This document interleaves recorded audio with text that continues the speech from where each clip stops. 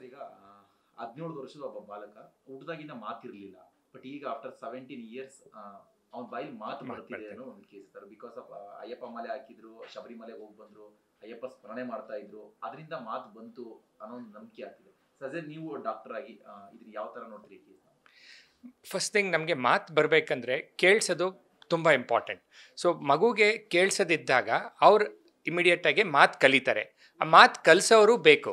So ಹೇಗೆ ತಾಯಿ ತಂದೆಯವರು ಅಮ್ಮ ಅಪ್ಪ ಅಂತ ಹೇಳಿ ಹೇಳಿ ಹೇಳಿ ಅವ್ರಿಗೆ ಮಾತು ಕಲಿಸ್ತಾರೆ.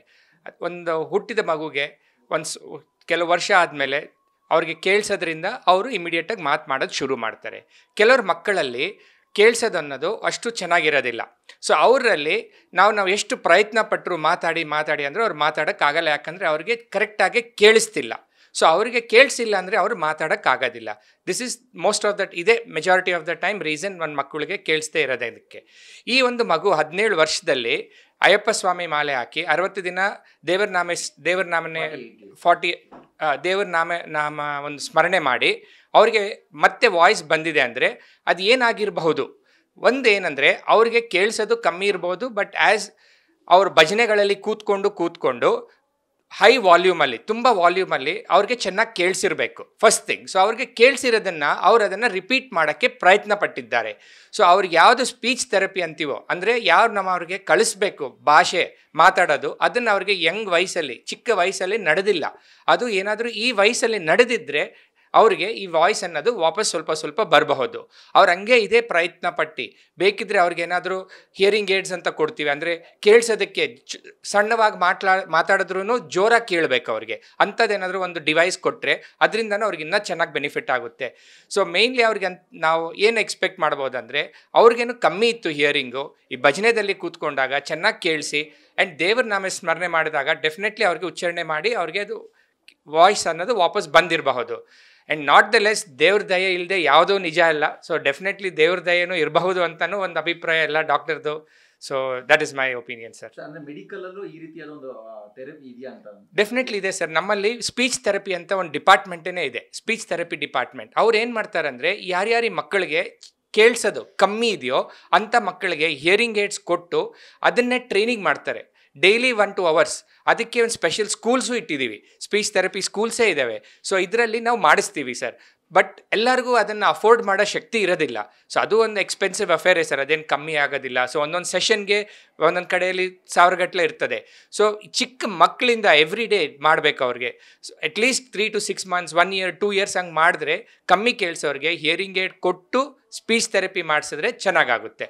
ಅದರ್ ಆಪ್ಷನ್ ಏನೂ ಕೇಳಿಸಿಲ್ಲ ಅಂದರೆ ಇವಾಗಿರೋದ್ರಲ್ಲಿ ಕಾಕ್ಲಿಯರ್ ಇಂಪ್ಲಾಂಟ್ ಅಂತ ಒಂದು ಜಾಸ್ತಿ ಮಾಡ್ತಿದ್ದೀವಿ ಸರ್. ಅದರಲ್ಲಿ ಇಮಿಡಿಯೇಟಾಗಿ ಕೇಳಿಸುತ್ತೆ ಅದು ಮಾಡಿದ ತಕ್ಷಣ. ಸೊ ಅವ್ರು ಇಮಿಡಿಯೇಟಾಗಿ ಮಾತಾಡೋಕ್ಕೆ ಶುರು ಮಾಡ್ತಾರೆ. ಬಟ್ ಅವ್ರಿಗೂ ಸ್ಪೀಚ್ ಥೆರಪಿ ಅನ್ನೋದು very important. So the most important thing speech therapy ಮತ್ತು ಕೇಳಿಸೋದು ಸರ್. ಅಂದರೆ ಸ್ಪೀಚ್ ಥೆರಪಿ ಅನ್ನೋದು ಆ ಹುಡುಗನಿಗೆ ವರ್ಕೌಟ್ ಆಗಿದೆ ಅನ್ನೋದು ನಿಮ್ಮ? ಎಸ್ ಸರ್, ಮೋಸ್ಟ್ ಲೈಕ್ಲಿ ಆಗಿರಬೇಕು. ಅವ್ರಿಗೇನೆಂದರೆ ಕೇಳಿಸೋದು ಕಮ್ಮಿ ಇರಬೇಕು. ಈ ಭಜನೆಗಳಲ್ಲಿ ಕೂತ್ಕೊಂಡಾಗ ಈ ವಾಲ್ಯೂಮಲ್ಲಿ ಭಜನೆ ನಡೀತದೆ. ಭಜನೆ ಅನ್ನೋದು ಒಂದು ಚಿಕ್ಕ ಲೋ ವಾಲ್ಯೂಮಲ್ಲಿ ನಡೆಯಲ್ಲ, ಒಂದು ಹೈ ವಾಲ್ಯೂಮ್ದಲ್ಲೇ ನಡೀತದೆ. ಹೈ ವಾಲ್ಯೂಮ್ದಲ್ಲಿ ಭಜನೆ ನಡೆದಾಗ ಡೆಫಿನೆಟ್ಲಿ ಅವ್ರಿಗೆ ಚೆನ್ನಾಗಿ ಕೇಳಿಸಿರ್ಬೇಕು ಮತ್ತು ಅವ್ರು ಅದನ್ನು ರಿಪೀಟ್ ಮಾಡ್ತಾರೆ. ಸೊ ಸ್ಪೀಚ್ ಅನ್ನೋದು ನಾವು ಕೇಳಿದ್ದನ್ನು ರಿಪೀಟ್ ಮಾಡೋದೇ ಸ್ಪೀಚ್ ಸರ್. ಸೊ ಅದನ್ನು ಅವರು ಮಾಡಿರಬೇಕು. ಎಸ್ ಸರ್, ಹುಟ್ಟದಾಗ್ಲೇ ಆ ಹುಡುಗರಿಗೆ ಮಾತು ಬರ್ತಾ ಇರಲಿಲ್ಲ, ಕಿವಿನೂ ಕೇಳಿಸ್ತಾ ಇರಲಿಲ್ಲ. Definitely sir.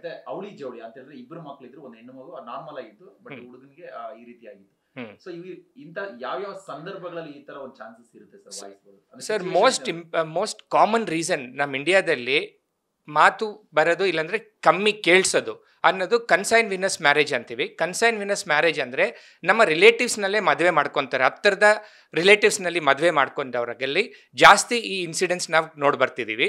ಜನರಲ್ ಪಾಪ್ಯುಲೇಷನಲ್ಲಿ it is said 1 in 1 lakh is general population. Consanguineous ಮ್ಯಾರೇಜಲ್ಲಿ it is more than 1 in 1000 ಅಂತ ಬರ್ತದೆ ಸರ್.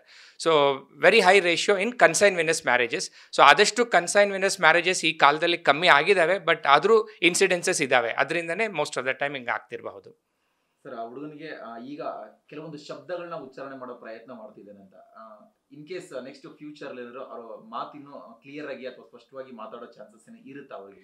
ಸರ್, ಒಂದು ಸತಿ ಅವ್ರಿಗೆ ಹೆಲ್ಪ್ ಆಗಿದೆ ಅಂದರೆ ದೆರ್ ಇಸ್ ನಥಿಂಗ್ ರಾಂಗ್ ಇನ್ನು ಟ್ರೈ ಮಾಡೋದಕ್ಕೆ. ಆಗಿರುವಾಗ ಅವ್ರಿಗೊಂದು ಏನಾದರೂ ಕೇಳಿಸೋದು ಚೆಕ್ ಮಾಡಿ ಇನ್ನೊಂದು ಸತಿ ಅವ್ರಿಗೆ ಹಿಯರಿಂಗ್ ಟೆಸ್ಟ್ ಎಲ್ಲ ಮಾಡಿ ಕೇಳಿಸ್ತಿಲ್ಲ ಅಂದರೆ ಹಿಯರಿಂಗ್ ಏಡು ಅಂಥದ್ದೊಂದು ಕೊಡಬೇಕು. ಸೊ ಅವ್ರಿಗೆ ಕೇಳಿಸೋ ಥರ ನಾವು ಮಾಡಬೇಕು. ಮಾಡಿಬಿಟ್ಟು ಸ್ಪೀಚ್ ಥೆರಪಿನ ಕಂಟಿನ್ಯೂ ಮಾಡೋದ್ರಲ್ಲಿ ತಪ್ಪೇನಿಲ್ಲ ಸರ್.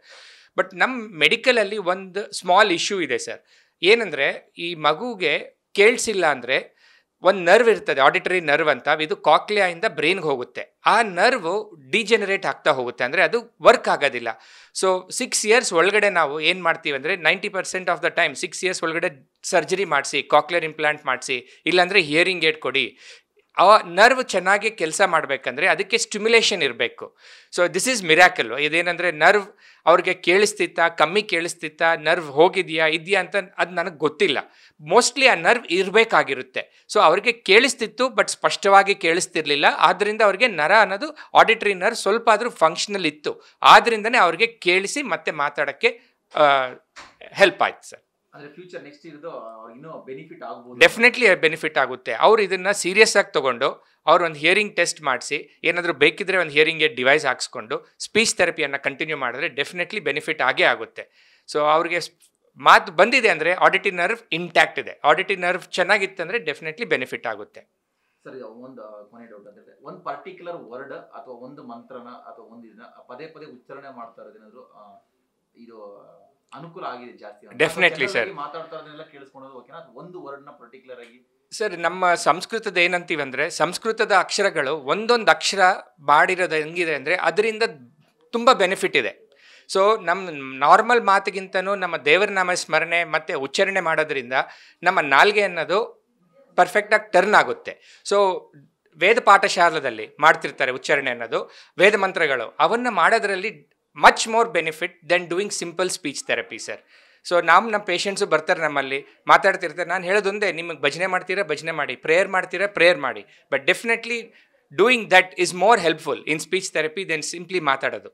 ಸೊ ಎಸ್, ದೇವರನ್ನ ಉಚ್ಚಾರಣೆ ಮಾಡೋದು ತುಂಬ ಇಂಪಾರ್ಟೆಂಟ್. ಎಸ್ಪೆಷಲಿ ಎವ್ರಿ ಪದ ಸಂಸ್ಕೃತದಲ್ಲಿ ಇರೋದ್ರನ್ನು ಅದರಲ್ಲಿ ತುಂಬ ಉತ್ತಮತೆ ಮತ್ತು ಆದಿಮತೆ ಇದೆ. ಸೊ ಅದರಿಂದನೂ ಒಂದು ಸೈಂಟಿಫಿಕಲಿ ಆಲ್ಸೋ ತುಂಬ ಪ್ರೂವ್ ಆಗಿದೆ. ಮಲ್ಟಿಪಲ್ ಟೈಮ್ಸ್ ಸೈಂಟಿಫಿಕಲಿ ಏನು ಮಾಡಿದ್ದಾರೆ ಅಂದರೆ there are studies which have been done. Studies ಏನಂದರೆ ಬ್ರೈನ್ಗೆ ಅವ್ರು ಕನೆಕ್ಟ್ ಮಾಡಿದ್ದಾರೆ, EEGs ಅಂತ ಕನೆಕ್ಟ್ ಮಾಡಿಬಿಟ್ಟು ಓಂ ಮಂತ್ರದನ್ನು ಕೊಟ್ಟಿದ್ದಾರೆ. ಓಂ ಮಂತ್ರ ಕೊಟ್ಟಾಗ, ಸಿಂಪಲಾಗಿ ಬೇರೆ ಭಾಷೆ ಕೊಟ್ಟಾಗ ದ ಸ್ಟಿಮ್ಯುಲೇಷನ್, ಎಷ್ಟು ಸ್ಟಿಮ್ಯುಲೇಷನ್ ಆಗ್ತಿದೆ ಬ್ರೈನಲ್ಲಿ ಅನ್ನೋದು ತುಂಬ ಡಿಫ್ರೆಂಟ್ ಇದೆ. ಸೊ ಓಂ ಅನ್ನೋದ್ರಿಂದನೇ ಎಷ್ಟೋ ಉಚ್ಚಾರಣೆ ಇದೆ, ಎಷ್ಟೋ ಬೆನಿಫಿಟ್ ಇದೆ ಮನುಷ್ಯನಿಗೆ. ಸೊ ಅದರಲ್ಲಿ ಒಂದೊಂದು ಸಂಸ್ಕೃತ ಪದದಲ್ಲೂ ತುಂಬ ತುಂಬ ಬೆನಿಫಿಟ್ ಇದ್ದಾವೆ. ಸಪೋಸ್ ನಮ್ಮ ಇದು ಸಪೋಸ್ ಗಣೇಶ ಅಥರ್ವ ಶೀರ್ಷ ಇದೆ, ಇಲ್ಲಾಂದರೆ ನಮ್ಮ ರುದ್ರಮ್ ಇದೆ, ಎಲ್ಲದರಲ್ಲೂ ತುಂಬ ಬೆನಿಫಿಟ್ ಇದೆ ಸರ್. ಮಲ್ಟಿಪಲ್ ಸ್ಟಡೀಸ್ ಮಾಡಿದ್ದಾರೆ, ಎಸ್ಪೆಷಲಿ ವೆಸ್ಟ್ನವ್ರು ಮಾಡಿದ್ದಾರೆ, ನಮ್ಮವರೆಲ್ಲ. EEG ಮಾಡಿದ್ದಾರೆ. ಫಂಕ್ಷನಲ್ MRI ಅಂತ ಇದೆ. ಫಂಕ್ಷನಲ್ MRI ಅಂದರೆ ಒಂದು MRI ಮಾಡಿಬಿಟ್ಟು ಯಾವ್ಯಾವ ಏರಿಯಾ ಸ್ಟಿಮ್ಯುಲೇಟ್ ಆಗ್ತಿದೆ ಇದು ಉಚ್ಚಾರಣೆ ಮಾಡಿದಾಗ. ಸೊ ಅದರಲ್ಲಿ ಏನು ತಿಳ್ಕೊಂಬಂದಿದ್ದಾರೆ ಅಂದರೆ ಎಸ್ಪೆಷಲಿ ನಮ್ಮ ಲಕ್ಷ್ಮೀ ಸಹಸ್ರನಾಮ, ವಿಷ್ಣು ಸಹಸ್ರನಾಮ ಮಾಡಿದಾಗ ದ ಹೋಲ್ ಬ್ರೈನ್ ಸ್ಟಿಮ್ಯುಲೇಟ್ ಆಗುತ್ತಂತೆ. ಸೊ ಹೇಳ್ತಾರೆ, ತುಂಬ ಕಷ್ಟ ಇದ್ದವ್ರಿಗೆ ವಿಷ್ಣು ಸಹಸ್ರನಾಮ ಸ್ಮರಣೆ ಮಾಡಿದವ್ರಿಗೆ ಇನ್ನೂ ಬ್ರೈನ್ ಸ್ಟಿಮ್ಯುಲೇಷನ್ ಚೆನ್ನಾಗಾಗಿ ಇನ್ನೂ ಪದಗಳು ಚೆನ್ನಾಗಿ ಬರಬಹುದು ಸರ್. ನ್ಯೂಸ್ ಫಸ್ಟ್, ನಿರ್ಭೀತಿಯಿಂದ ನಿಮ್ಮ ಪರವಾಗಿ.